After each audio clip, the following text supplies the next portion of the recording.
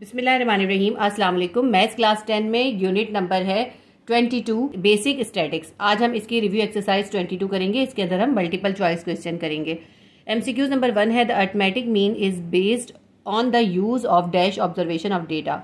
तो arithmetic means निकालने के लिए हमें कौन से डेटा की ज़रूरत होती है? ऑप्शन ए है मिडिल, ऑप्शन बी है एक्सट्रीम, ऑप्शन सी है ऑल, ऑप्शन डी है नन। जो अरिथमेटिक मीन निकालना होता है तो उसके लिए हमें हर टाइप के डेटा की ज़रूरत होती है, मिडिल की भी और एक्सट्रीम की भी। जो एंड में होते हैं वो एक्सट्रीम होते हैं और जो सेंटर में होते हैं वो मिडिल होते हैं। एमसीक्यूज नंबर 1 का आंसर आएगा option C all. MCQs number 2 है the ungroup data must be ordered first to find. हमें क्या फाइंड करने के लिए ज़रूरी है कि हम सबसे पहले अनग्रुप डेटा को ऑर्डर में लेकर आए, यानी सही तरतीब से लिखें, असेंडिंग ऑर्डर में लिखें। ऑप्शन ए है एएम यानी अरिथमेटिक मीन, ऑप्शन बी है मोड, ऑप्शन सी है मीडियन, ऑप्शन डी है रेंज। अब कुछ बच्चे ये समझते हैं कि रेंज के लिए ऑर्डर में करना जरूरी है। रेंज निकालने के लिए डेटा को ऑर्डर में या तरतीब से करना जरूरी नहीं होता। रेंज तो हम क्या करते हैं, अपनी हाईएस्ट वैल्यू में से लोएस्ट वैल्यू को माइनस कर देते हैं, रेंज आ जाती है। वो बगैर डेटा को अरेंज करे भी आ सकती है। अरिथमेटिक मीन और मोड जो है वो डेटा को अरेंज करे बगैर हो सकते हैं, लेकिन मीडियन निकालने के लिए ज़रूरी है कि हम सबसे पहले अपने डेटा को ऑर्डर में करें, असेंडिंग ऑर्डर में उसको अरेंज करें। तो एमसीक्यूज नंबर 2 का आंसर आएगा option C median. MCQs number 3 है the number of classes in a continuous frequency table lies between 5 and dash. Option A है 10, ऑप्शन बी है 15, ऑप्शन सी है 20, ऑप्शन डी है 25। इसका आंसर आएगा ऑप्शन डी 25। एमसीक्यूज नंबर 3 का answer क्या आ रहा है? Option D 25। एमसीक्यूज नंबर 4 है mode of grouped data is obtain graphically using. जब हम मोड के डेटा को ग्राफिकली रिप्रेजेंट करते हैं, ग्राफ बनाते हैं, तो उसमें हम उसका ग्राफ किस तरह से बनाते हैं? ऑप्शन ए है हिस्टोग्राम, ऑप्शन बी है पॉलीगॉन, ऑप्शन सी है अजाइब, ऑप्शन डी है बार चार्ट। तो जब हम मोड का डेटा बनाते हैं वो हम बनाते हैं हिस्टोग्राम में। एमसीक्यूज नंबर 4 का आंसर आएगा option A histogram. MCQs number 5 है if data has outliers then dash is misleading. अगर डेटा के अंदर आउटलायर्स हों, कौन सी वैल्यू है जो गलत निकलेगी? मिसलीडिंग मतलब गलत हो जाएगी। ऑप्शन ए है अरिथमेटिक मीन, ऑप्शन बी है रेंज, ऑप्शन सी है मीडियन, ऑप्शन डी है मोड। तो अगर डेटा में आउटलायर्स हों तो अरिथमेटिक मीन जो होता है वो मिसलीडिंग होता है या गलत निकलता है। एमसीक्यू नंबर 5 का आंसर आएगा option A arithmetic mean AM. MCQ number 6 है the AM of 0, 90, K, 10, 100 is 40 then K is equals to. इन्होंने हमें एक डेटा दिया है 0, 90, K, 10 और 100 का, और हमें एएम यानी अरिथमेटिक मीन भी दे दिया। अरिथमेटिक मीन कितना दिया? 40। और हमसे कहा जो इसमें K है ना, इसकी K की वैल्यू फाइंड करें। ये एक न्यूमेरिकल है, इसको हमें सॉल्व करना होगा। छोटा सा इजी सा न्यूमेरिकल है। देखिए अरिथमेटिक मीन किसके बराबर होता है? अरिथमेटिक मीन बराबर होता है summation x divided by n number. तो एम हमें कितना गिवन है? इसके अंदर इन्होंने हमें एमसीक्यूज में एम गिवन करा है 40, और समीशन x के लिए हम पूरे डेटा का हम सब निकालेंगे। डेटा हमारे पास क्या है? 0 प्लस 90 प्लस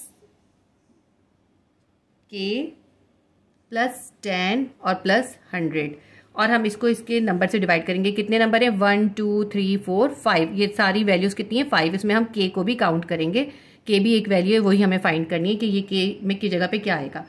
तो हम इसको डिवाइड करेंगे इसके नंबर से, यानी 5 नंबर से।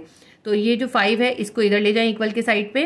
तो 5 को 40 से मल्टीप्लाई कर दें और इन तमाम चीज़ों का सम निकाल लेते हैं। 200 हो जाएगा। 200 प्लस के यहाँ आ जाएगा, ठीक है। और 40 को 5 से मल्टीप्लाई करें, हमारे पास यहाँ भी 200 आ जाएगा। ये जो के पास 200 है इसको हम इक्वल के इस साइड पर ले आते हैं, तो ये 200 प्लस से माइनस हो जाएगा और यहाँ पे सिर्फ के रह जाएगा। तो देखें प्लस 200 और माइनस 200 क्या आ जाएगा? 0। के की वैल्यू हमारे पास आ गई 0। एमसीक्यूज नंबर 6 का आंसर आएगा ऑप्शन ए 0। एमसीक्यूज नंबर 7 है median and quartiles are dash in nature. Median और क्वार्टाइल्स जो होते हैं वो नेचर में कैसे होते हैं? ऑप्शन ए है मैथमेटिकल, ऑप्शन बी है पोजिशनल, ऑप्शन सी है लॉजिकल, ऑप्शन डी है नन ऑफ दीज। मीडियन और क्वार्टाइल दोनों जो होते हैं पोजिशनल होते हैं, तो इसका आंसर ऑप्शन बी पोजिशनल आएगा। बहुत से लोग जो है इसका आंसर लॉजिकल बता रहे हैं, लेकिन इसका आंसर पोजिशनल आएगा। बुक के अंदर पेज नंबर 152 पे देख लीजिए। क्वार्टाइल्स जो होते हैं पोजिशनल होते हैं और मीडियन भी पोजिशनल होते हैं, क्योंकि देखिए क्वार्टाइल और मीडियन के अंदर हम डेटा को पहले अरेंज करते हैं। जब हम उसका फॉर्मूला अप्लाई करते हैं, फॉर्मूले के अंदर हम लिखते हैं जैसे nth लिखते हैं, यानी कि नंबर लिखते हैं, कौन से नंबर पे आएगा। तो हम पोजीशन लिखते हैं कि कौन सी पोजीशन की हमने वैल्यूज को सम निकालना है। तो इसलिए एमसीक्यूज नंबर 8 का आंसर आएगा ऑप्शन बी पोजिशनल, मीडियन और क्वार्टाइल जो होते हैं वो पोजिशनल होते हैं नेचर में। MCQ नंबर 8 है अपर quartile divides data in dash ratio. जो क्वार्टाइल के अंदर देखें 3 क्वार्टाइल होते हैं, एक फर्स्ट क्वार्टाइल होता है जिसको हम लोअर क्वार्टाइल कहते हैं, दूसरा सेकंड क्वार्टाइल होता है जिसको मीडियन क्वार्टाइल कहते हैं, और एक थर्ड क्वार्टाइल होता है जिसको हम अपर क्वार्टाइल कहते हैं। अपर क्वार्टाइल का जो डेटा होता है ना वो डिवाइड होता है 75% से -25% तक। तो MCQ नंबर 8 का आंसर हम लगाएंगे ऑप्शन सी 75% टू -25%।